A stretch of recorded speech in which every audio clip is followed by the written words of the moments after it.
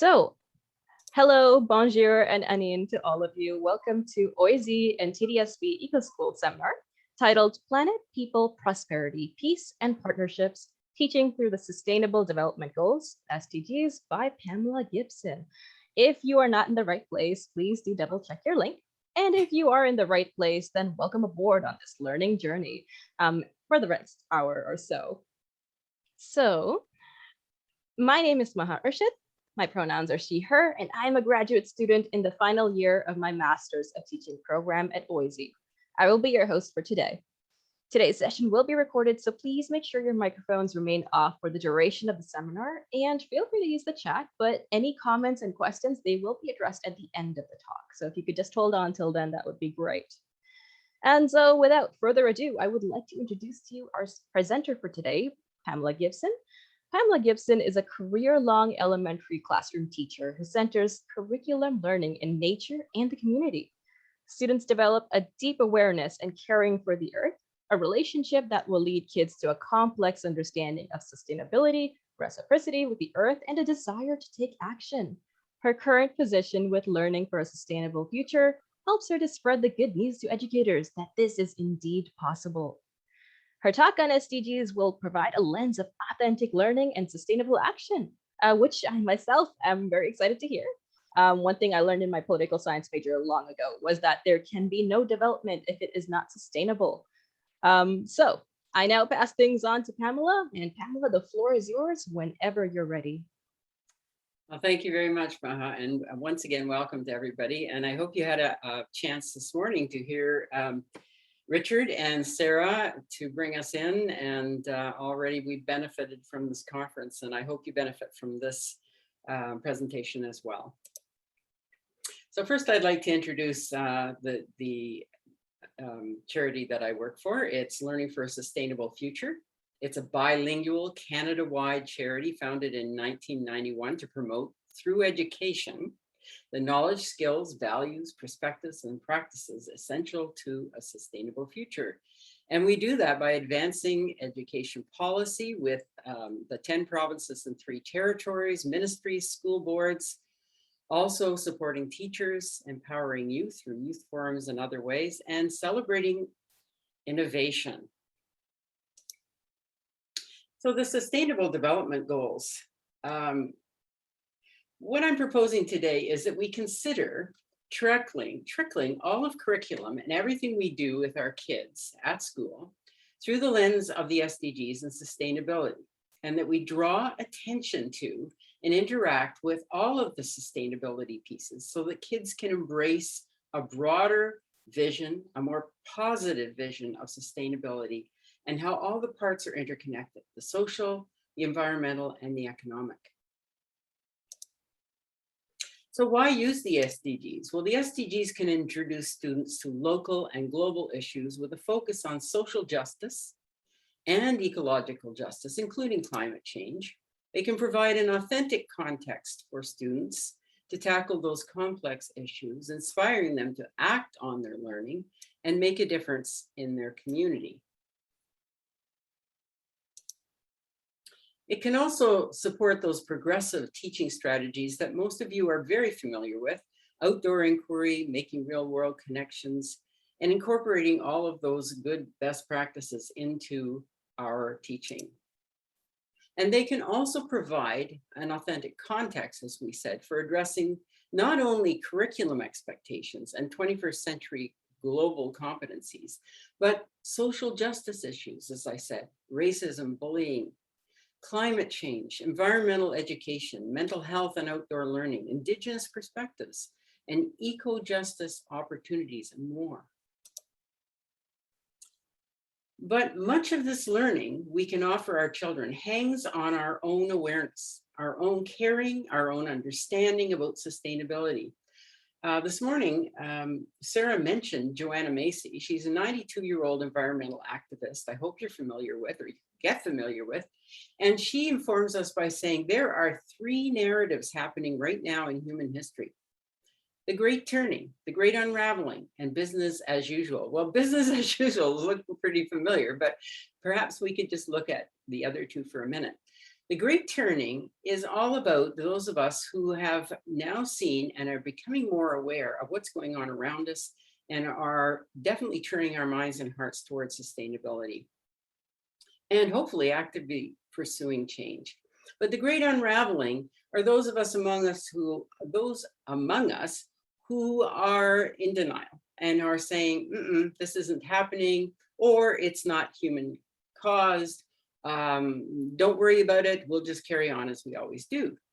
But then there's the 80% apparently, who are the business as usual among us, who say, I know what's going on, but this is really worrying me, but I'm just going to keep my head down. I'm going to be the ostrich and I'm going to do what I've always done. Well, I will say, and you know as well as I do, that at any given time, we can all be part of all three of these. But ultimately, where is our heart? That's the question.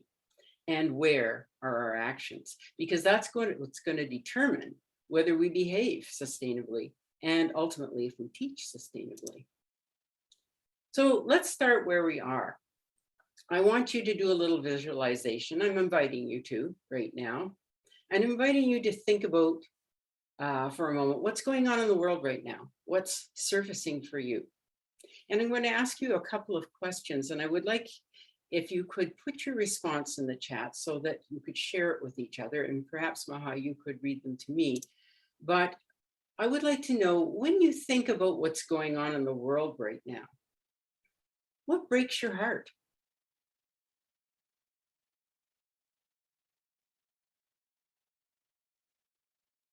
When I think about what's going on in the world right now, what breaks my heart is.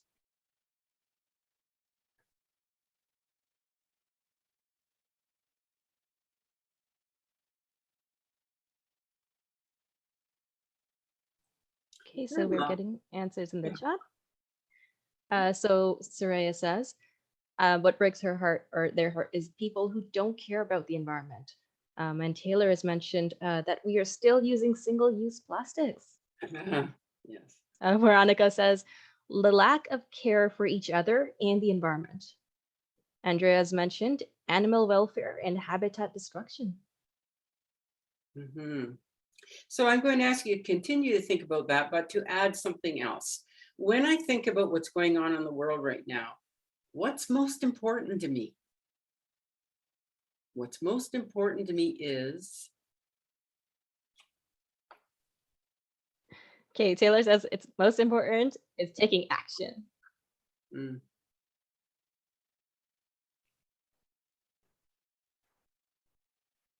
Morgan's mentioning responsibility. Elise says having a future to hope for. Eddie's mentioned what's most important is to generate awareness. And Soraya is mentioning creating hope and making change that I can do and that the kids can do it too. Elarani's mentioned not to lose hope, to take collective action. And Dimitri's mentioning that everyone has a role to play today, big or small. So I'm wondering, do we bring these important matters into our teaching and learning with our children in an age-appropriate, kid-friendly, kid-appropriate way? Sarah was mentioning that this morning, that sometimes we keep emotions out of our schools. I'm wondering how we can do this effectively and bring those emotions, those feelings, and those matters to top of mind with our kids. Well, Learning for a Sustainable Future has an answer to that at the moment, and their answer is the Sustainable Future School. And I'd like to share a little bit about that because it does inform us what we can and could do in our schools. The Sustainable Future School takes a whole school approach to help all the stakeholders, the students, the teachers, the principal, the staff, the parents, and the community members to integrate those sustainable development goals into school culture, into curriculum, teaching and learning, facilities and operations, and community partners. This is the framework that has been developed. And it also feeds back into what Sarah was saying this morning, that emotions, sometimes kids will say to us, I don't care. And we're trying to teach them to understand curriculum pieces, but they don't care. But if we perhaps move way back to that business of that underpinning of awareness, got kids outside, finding their spot, feeling like they belong, feeling like their emotions are valid, that perhaps they would start caring about being outside, about each other, about their relationships, not only with the world, but with each other. And then those understanding pieces mean more. And usually taking action is pretty natural after that. And notice those 4 pieces are the same size. Sometimes we say, we don't have time for this. And I'm suggesting that perhaps we don't have time not to.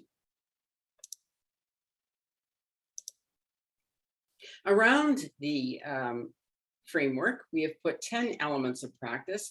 These are researched progressive tools that you are all familiar with if you look at them. And they support, and they are, once again, the underpinnings for the sustainable self. That as educators, we can embrace systems and futures thinking and act on those real world learning and practice active citizenship as it suggests for us in our social studies curriculum. And those place-based learning, well-being, we know has surfaced as an incredibly important piece of the education process, and also deepening those relationships, including all voices, seeking diversity and justice, and transforming learning for global competencies. They're all familiar with teachers, but we have brought them to top of mind by putting them around the framework. So how do we do this? Well, it's an organic process. Every sustainable future school will look and should look different because they are different. They're in different communities, they have different students, but there's certain elements that need to take place. And one is that creating of a vision with all stakeholders. What's important to us? What do we share together? What do we want to do? And what could we do in our school? Investing in some professional learning, providing many resources, which LSF does, because there's 1,500 free downloadable resources on their R4R website. Perhaps you know that. And acknowledging all the small steps we take, not waiting for those great colossal things, and reflecting on our practice and practicing that active citizenship. All of those pieces can be present in a sustainable future school. These are some of the things that are taking place at the pilot school at Bell Fountain, but I would like to highlight a couple. One is community partners and a whole school showcase. Every 6 weeks, the kids share what they've been doing with each other virtually right now, but they motivate each other, and sharing your learning is extremely important. So these are some of the things that LSF does to support the Sustainable Future School. And I think you will be getting a copy of this presentation, or you can, and you can see for yourself, if you're interested, the kinds of things that we can do to support you. So these are some of the current initiatives that are taking place at Bell Fountain, and it starts in kindergarten. It starts with 4 and 5-year-olds. And 4 and 5-year-olds can have a look at the Sustainable Development Goals, and they can see them in a way that perhaps adults can take a few lessons from. So I'd like to play a little video of the kindergarten's response to looking at their clothing, where it comes from, how it affects the environment. And they wanted to share their learning, and they shared it with the adults at home and also the community.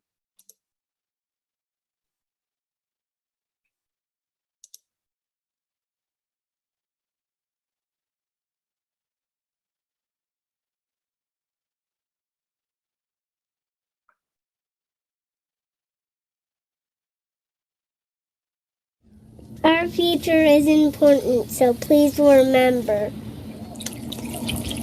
Only buy the clothes you need. Be an artist. Use old material to create beautiful pieces of art. Buy clothes that are made closer to your home. Do the stinkers. If your clothes don't smell, rewear them. Get creative. Instead of throwing your clothes out, you can give them away or make them into something else. I can make my pants into shorts. We can all do a little better.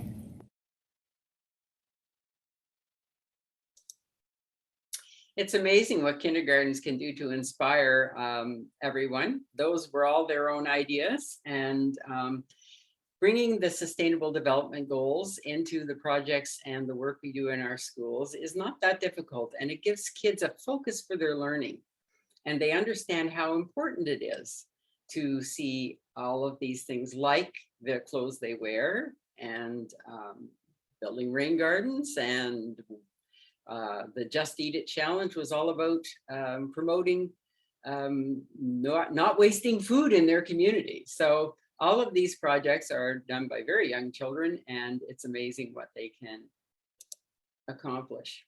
Here's some of the grade 4, 5, and 6 current initiatives. And I'd like to draw attention to the first one there, the community festival. It was all about garlic mustard. When kids found out that garlic mustard was all over the place, abounding, and it's an invasive species, they wanted to do something about it. They created budgets, wrote grants, educated their community about it, and created a festival that's been ongoing for 10 years. And in their community, there hasn't been a year yet when these kids and their families haven't gotten together and pulled over 1,000 pounds of garlic mustard out of the community. Now that's action, but they had to know a lot and do a lot to get there. So it's amazing how these focusing on the goals can help kids to see what sustainability is in all of its pieces.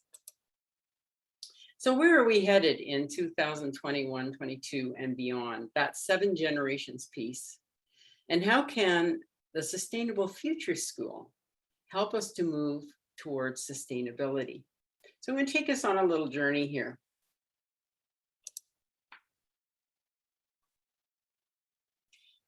Well, we can continue to use that Sustainable Development Goal lens to create culturally responsive classrooms, implement equity, diversity, and inclusion, include Indigenous ways of knowing, initiate de-streaming, as well as addressing curriculum expectations with those new curricula that are coming our way, and empowering 21st century learners for climate change action. The SDGs can be a learning context that addresses all these initiatives and more, and moves us towards sustainability, because they are that social justice as well as that eco-justice piece. So how can seeing through the goals help us to work with students more effectively? I started to show you that with some of the projects at the pilot school in Bellefontaine, but sometimes we have to remember who our students are to answer this question. Perhaps it's not too difficult to see yourself as educators engaging with these particular parts of sustainability. After all, our schools have had things like breakfast programs and food drives for years, and we've rallied around those in need through other campaigns in our schools. And Eco Schools has done a stellar job of looking at production and consumption, waste management, efficiency, and generally focusing us toward more sustainable practices. But what happens when people from around the world find themselves in our Canadian schools?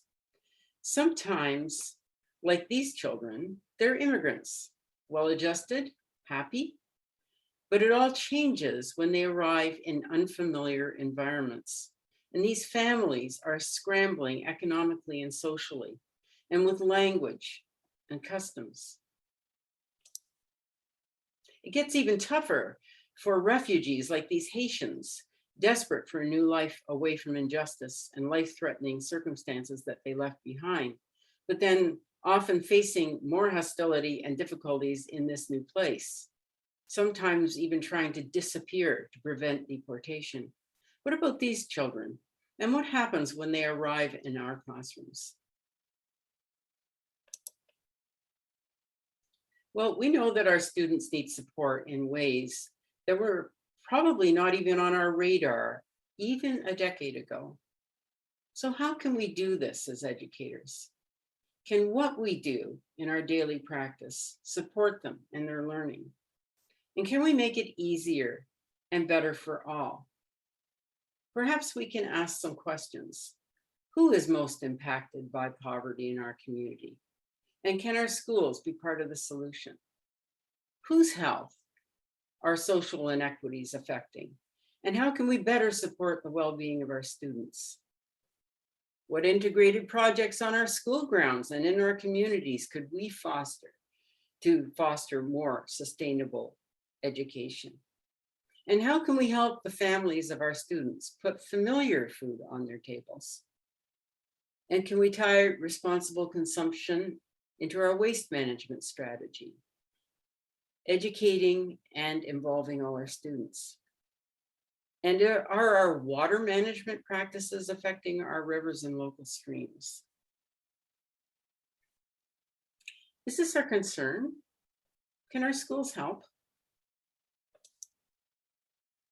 Well, by using the lens of sustainability and the teaching strategies we know are best practices, we can.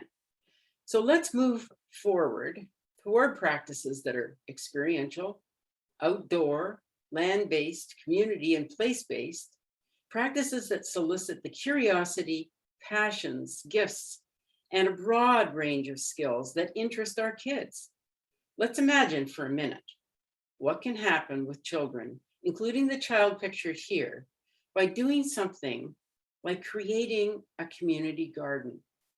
Could this kind of an activity start to make education come alive and give us the results we want for our kids and lead us to a more sustainable future, all the while addressing curriculum? So let's see how looking through the lens of the SDGs and this gardening initiative can help us address issues like anti-racism, anti-oppression, de-streaming, decolonization, anti-bullying, culturally responsive pedagogy, well-being and mental health, and much more. Let's use the SDGs to ask some more guiding questions, perhaps questions that weren't on our radar a long time ago. Does gender impact on how this student relates to this gardening initiative? What can we do to engage with this for the betterment of this student? What cultural input could this student have in what is grown in this garden? And how could this reduce inequalities and address our cultural responsiveness? Does this garden activity strengthen the educational experience for this student? Does it strengthen the school system, your school, the community? And who might partner with you for this gardening initiative? And how might these relationships help this student? Well, I'd like you to visualize again. How could that student's education experience be impacted by participating in that garden activity? How about from the perspective of anti-racism, de-streaming, decolonization, anti-oppression, culturally responsive pedagogy, and even climate change action? So we can shift our focus and we can create a more positive impact on fairness and equity, connection and justice, mental wellness, physical health, diversity and opportunities for all, and a sustainable vision of the future through looking through that lens of sustainability and the SDGs.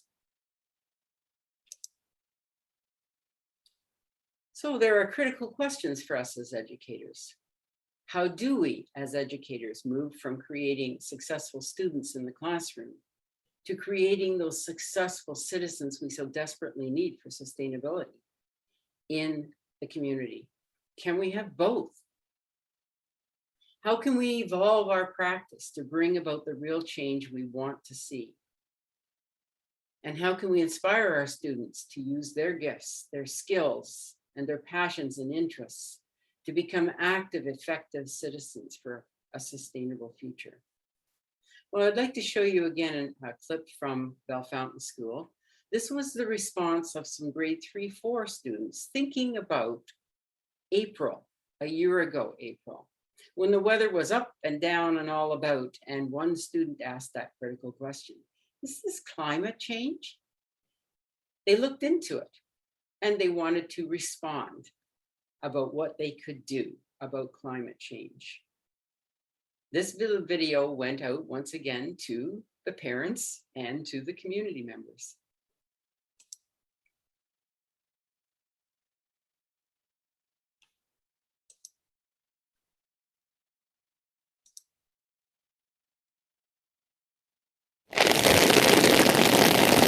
Today's April 5th, 5 degrees and it's raining.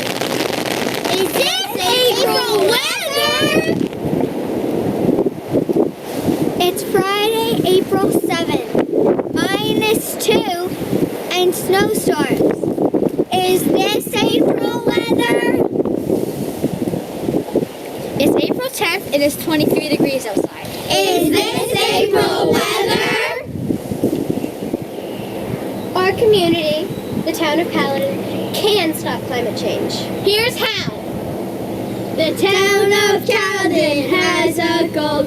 All of us can help, and that goal is to stop climate change. All of us can help. With solar panels here and an electric car there.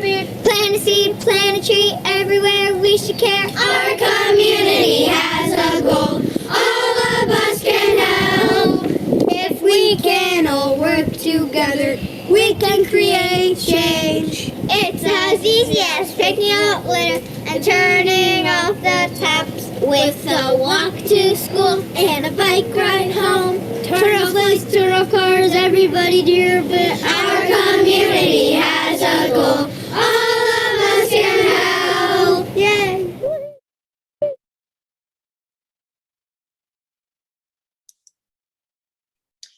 So taking action doesn't mean necessarily going to Fairy Creek or to the Climate Action Summit. It can be very simple things, but it's on their mind. And I want you to notice that it was a positive thing. It wasn't, oh, poor us. It's terrible. And we were talking about that this morning with Sarah, you know, the emotions and what can we do for these kids who are born into this.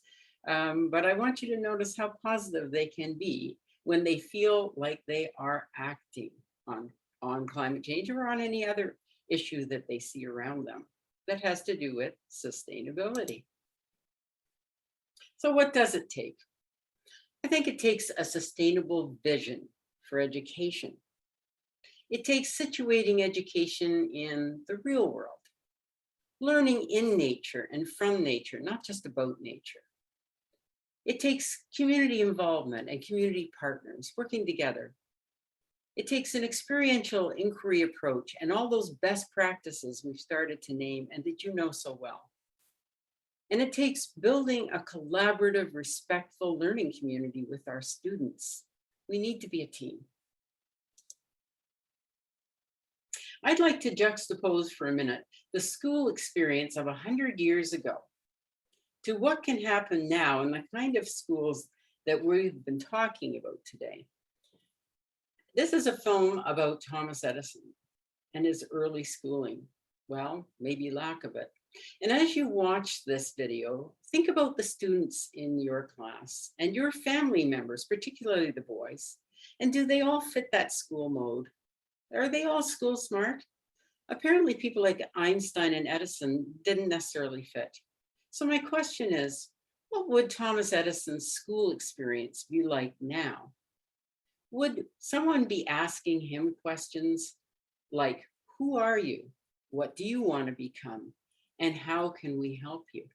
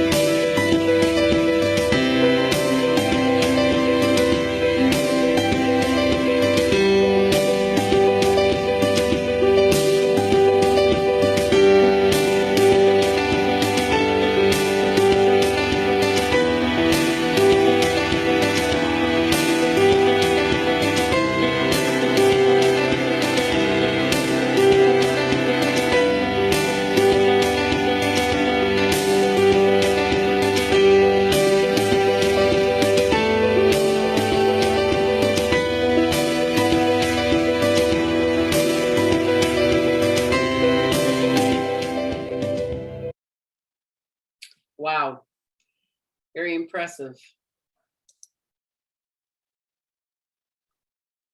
John Spencer is an educator, innovator, critical thinker, and creative design thinker.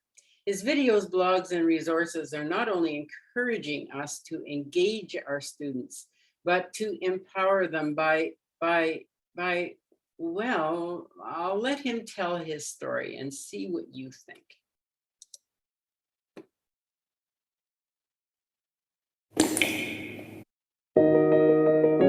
We often talk about what it means to move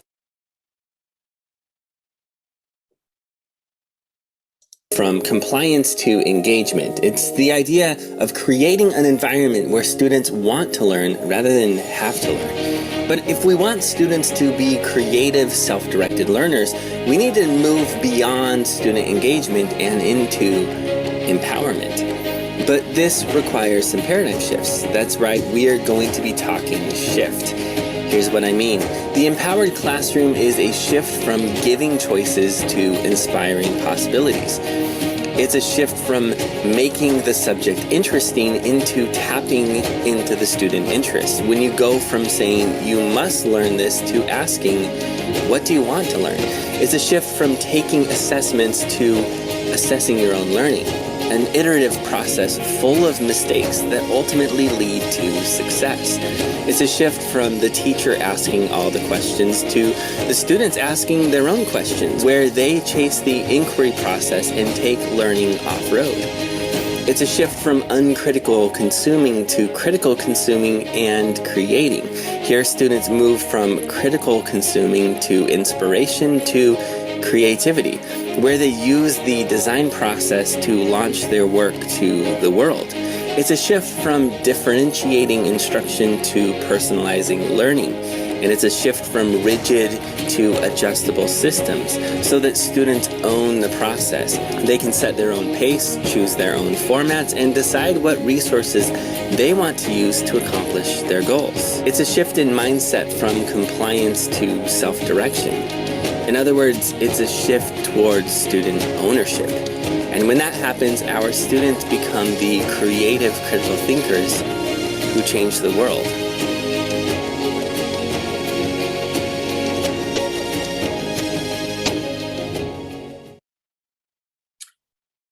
I wonder what would have happened with Edison if he had been in a school in current times that was thinking like that and asked him, what do you want to learn?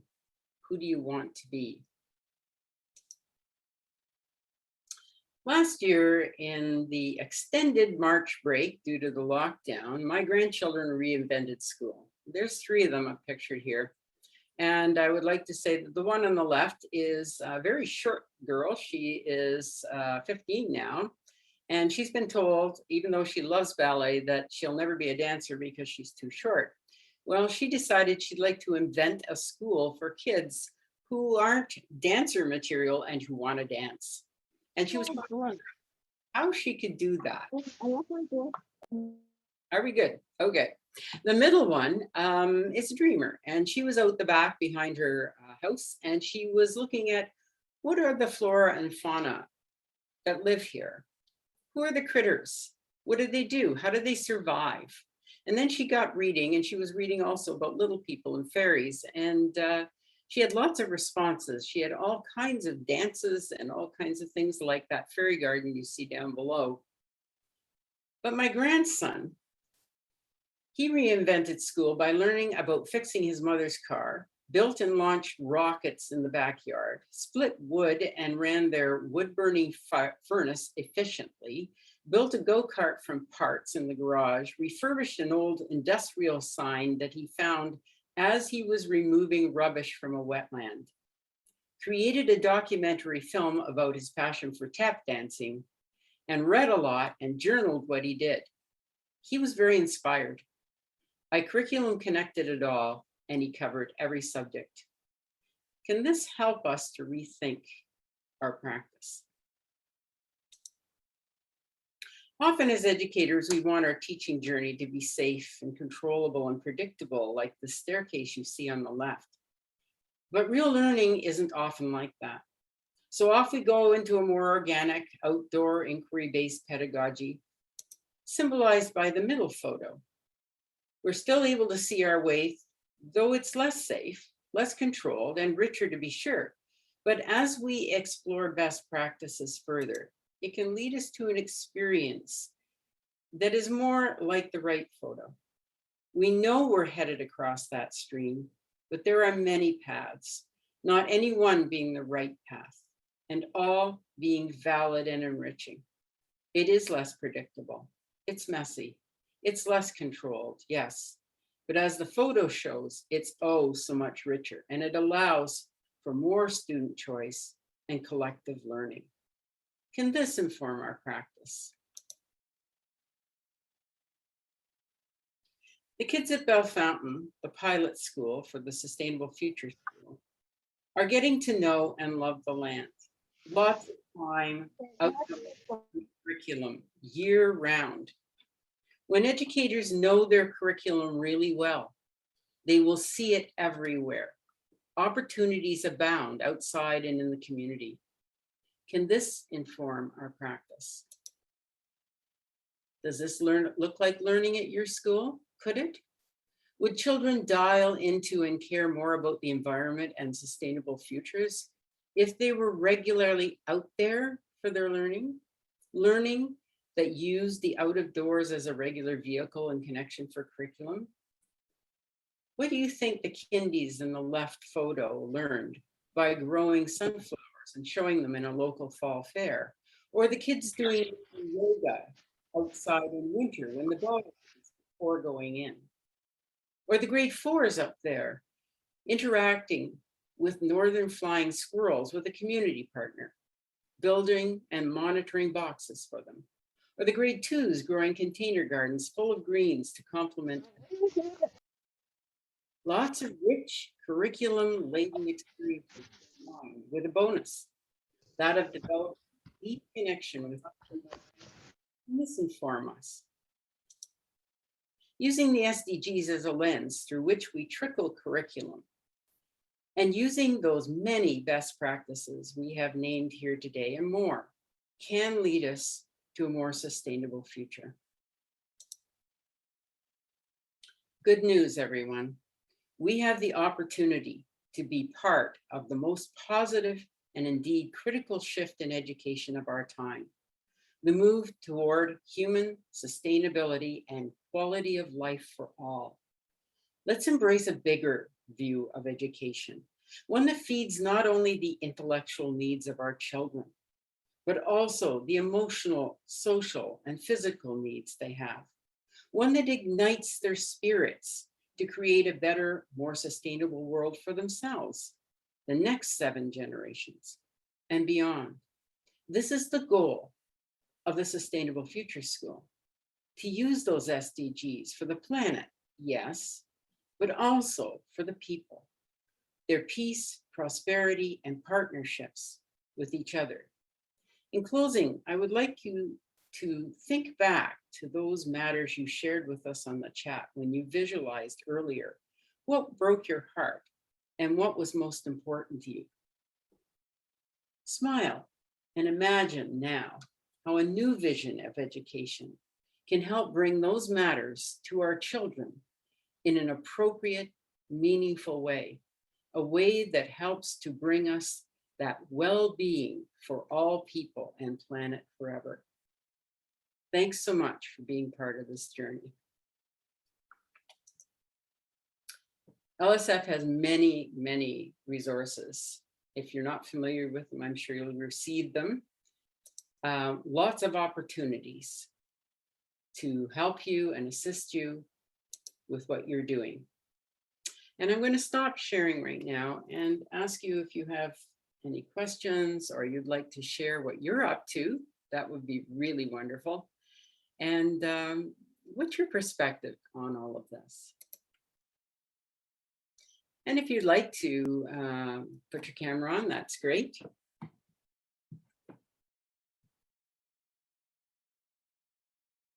Hello. So feel free to use your mic or in the chat.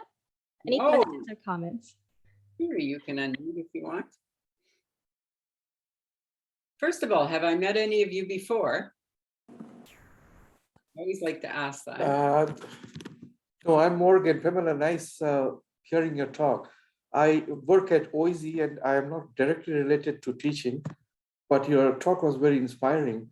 And I wonder if, from you just asked the perspective, I think about, what would it take for educators to really affect a change in consciousness?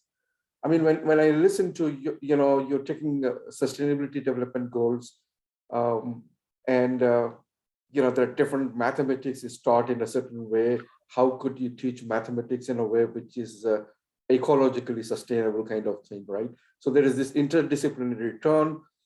There is this different subjects being taught either without any cognizance of what is happening to the climate. So there is this disconnect between what one studies. So one studies mathematics for mathematics 6, science for science 6, poetry for poetry 6. But even connecting poetry with mathematics or, such diverse areas doesn't seem to really bring in a change in consciousness. So I'm wondering, what would it take if we take consciousness as something which is superseding everything else? How would education, in terms of how would educational practice look like? I definitely agree with you that what you were seeing is a very integrated approach. I think, I don't know if this would answer your question, but what comes to mind for me is that oftentimes when I had particularly middle school kids, one child said to me at the end of the year, we were sitting around talking, he said, the most important thing I learned this year was that there's only one subject, life. Mm-hmm. And that elated me. It sent shivers down me because it was very important that they understand that business of that going from subjects to consciousness, as you said. Yeah. Another thing that happened once was I used to have kids do their own assessment, and because it was siloed subjects, we would have to look at different subjects. And I remember one kid saying, "What is social studies?" What are we doing? How does this work? So they were so used to integrating everything and not talking about siloed subjects and just talking about phenomena and talking about issues. And so therefore, that's how I would see that shift happening. Yeah, no, I agree with you. So, what happens is, we have this notion of, in terms of work and, your personal life, your professional life kind of thing. So there is this fragmentation. So I see what happens is this fragmentations being manifest in different arenas, even in education for that matter, of fragmentation into different subjects. Even if you're trying to integrate it, we call it interdisciplinary, but you are still stitching the fragments and doesn't make it whole. So basically, if you're talking in terms of consciousness, I think so more a phenomenological approach to education would be, and also trying to look at your life as not being so you have to subsume everything beneath life. You have to subsume everything beneath consciousness. So how would you frame education? How would you frame your pedagogy if consciousness and life is the superseding element and everything is subseded by that? I know that in Denmark, for instance, and other countries, they're toying with this idea of phenomenon teaching. Yeah. So just to look at what's going on and to filter everything through the phenomenon, that might get us closer. Yeah. Thank you. Does anybody else want to weigh in on that?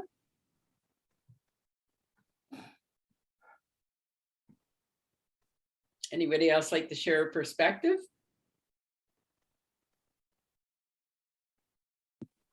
Good morning. Thank you immensely for your inspirational ideas. I was just going to mention sort of the juxtaposition of exposure to and access to nature. So I live in downtown Toronto, but I have a garden, and I teach in the heart of Toronto with 30 apartment buildings, and our school is in the middle. So the kids for a year and a half and especially the ones who were virtual, barely went outside and haven't dug. I mean, we're in the garden. Our primary kids have never touched a worm. So there is a certain deficit. We have a growth mindset, right? We haven't touched a worm yet. We're growing with it. But as I note, for example, your grandchildren's experiences, so I'm wondering from an equity perspective, which you mentioned, the huge and vast difference in exposure to nature. And that I often go to workshops, and what I see is those like me, like perhaps many of us, already with access to nature. But then how do we work with kids who actually haven't had that physical access?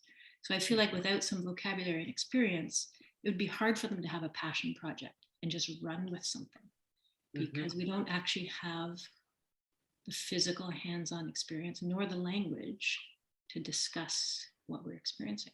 So for us at our school, a lot of it is just trying to get out, trying to be physical, trying to engage, being positive. But it's very, very new for many of our students. I too taught in urban settings. I was in Brampton for many years. And what I did find was, it was sort of like what I called nature between the cracks. I was trying to find any evidence. I mean, we looked at raccoons, we looked at all kinds of things. Squirrels were big on the hit parade.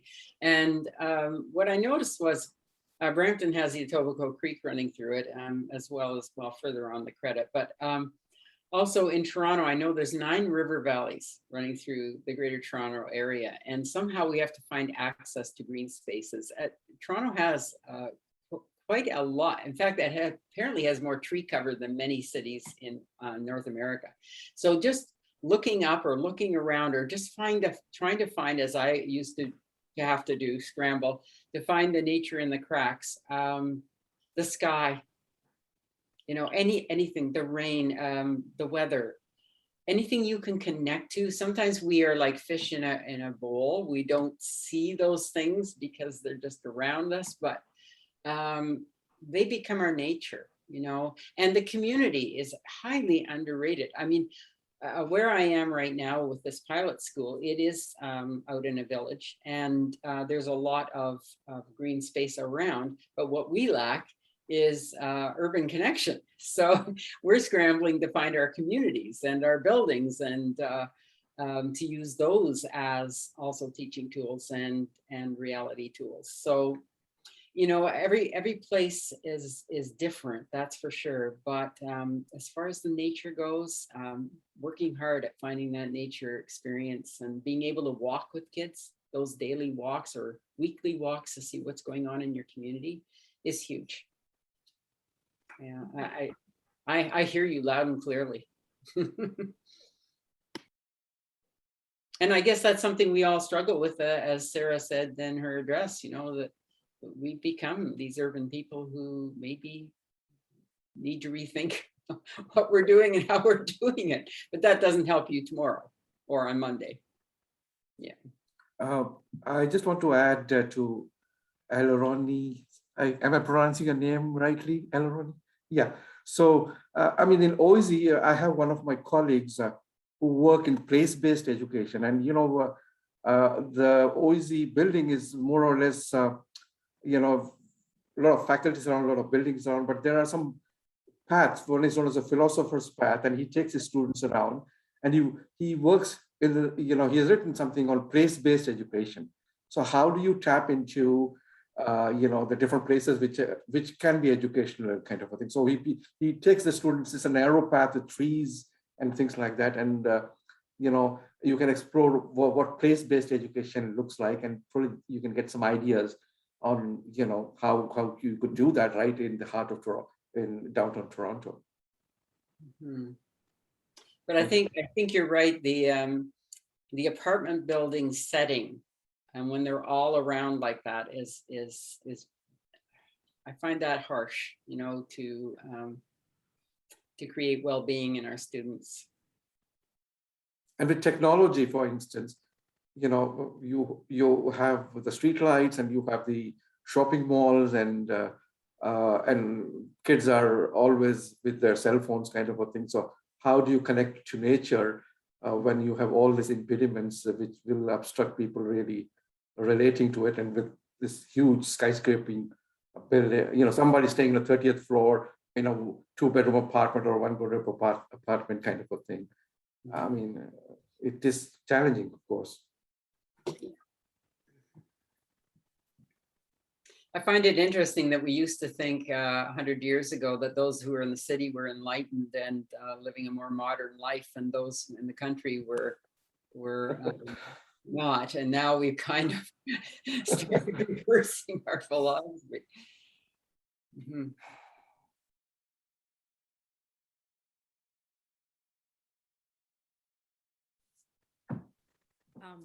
I would just like to add to that, guys, to that question. So as a mother, I often find, like, my kids are little right now.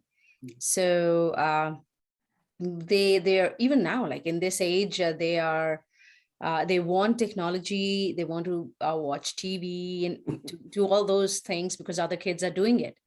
But I think as parents, if we nag them, we're after them, hey, no, go outside, play outside, be outside, just sit outside, read a book outside, I think that helps quite a lot. So I would say this is not just a thing that is taken up at school. It is something that we have to involve our parents into, because a large part of the day they are spending at home. And so, yeah, any kind of a small routine that we can tell or do with the kids, that should help too. Thanks.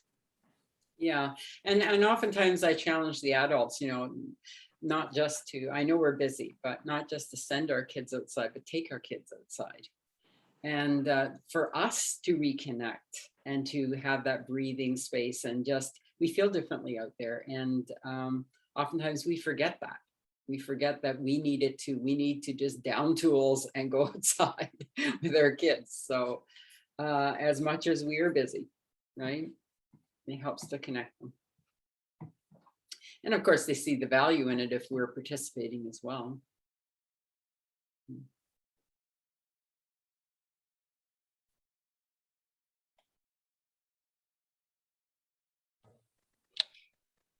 Okay. So Hi. I was just going to add to that. I was just thinking that being in the virtual world and teaching virtually really did help to engage the parents as well. So a lot of the activities involved, again, the outdoors, because we were really encouraging students to spend time outside because they were on the computer the whole time. And I'm still teaching virtually right now. And it's important for myself, for my students, but as well parents, and it's more of a family movement, and giving them a lot of ideas as to what they can do to be outdoors, enjoy outside, and how important it is for our mental health, for our learning, is just the balanced learning environment throughout. And I was just going to add, if I can, that I really appreciated the focus on the student as collaborator in the whole learning process taking place in the classroom, and where the learning is guided.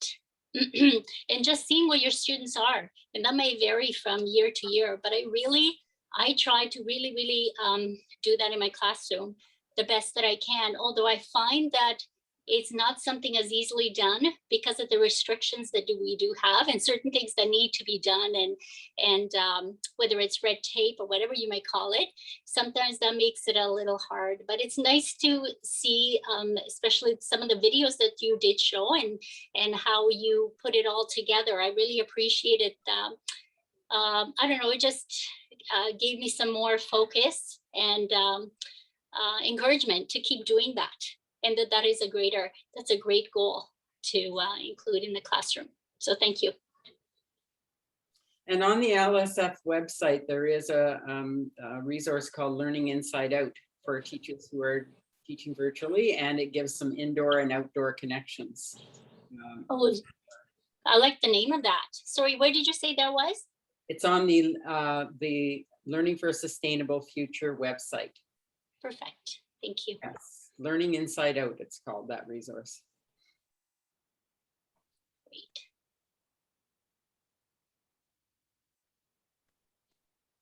Yes, highlighting student agency. Thank you, Maha. Oh, great. Okay, I think this brings us right Thank to you. the end of this seminar. Thank you so much to the participants for their wonderful reflective ideas. Wow, I learned a lot from all of you, and especially Pamela. I think we all appreciated your work on these SDG goals and what you've shared with us today. And like a quote that really just stood out to me today, that we don't have time for this. This is what we always say, right, as teachers, that we don't have time for this. We have this curricular expectations to meet and all of this. But it's that we don't have time not to do all this work that's so important. And so this is something I took away from your talk, and I'm sure the attendees also took much, much away. And thank you so much for the hope that you brought forward. And please do continue making this powerful difference. Your work and knowledge are both deeply appreciated. And you're definitely getting a lot of love in the chat. So clearly the attendees are really appreciative of your time as well. So I've talked to the facilitator, and it's mentioned that if you'd like to share your slides with the participants, you can just send them a link into the chat right now. So that'd be totally cool. So they have your resources as well. Okay. If you go to the LSF website and contact them, then I can send it to you. It's the best way. Just shoot off an email to Pamela Lane in the office, and I'll get it, and I'll absolutely share it with you. Okay, perfect. All right, so that brings us to the end of our seminar. Thank you once again to Pamela for your time, and to all the participants for attending. And I wish you a great experience for the rest of the conference. Thank you. Bye, Thank you. everyone. Bye-bye. Thank you, Maha. You're very welcome, Pamela. Thank you.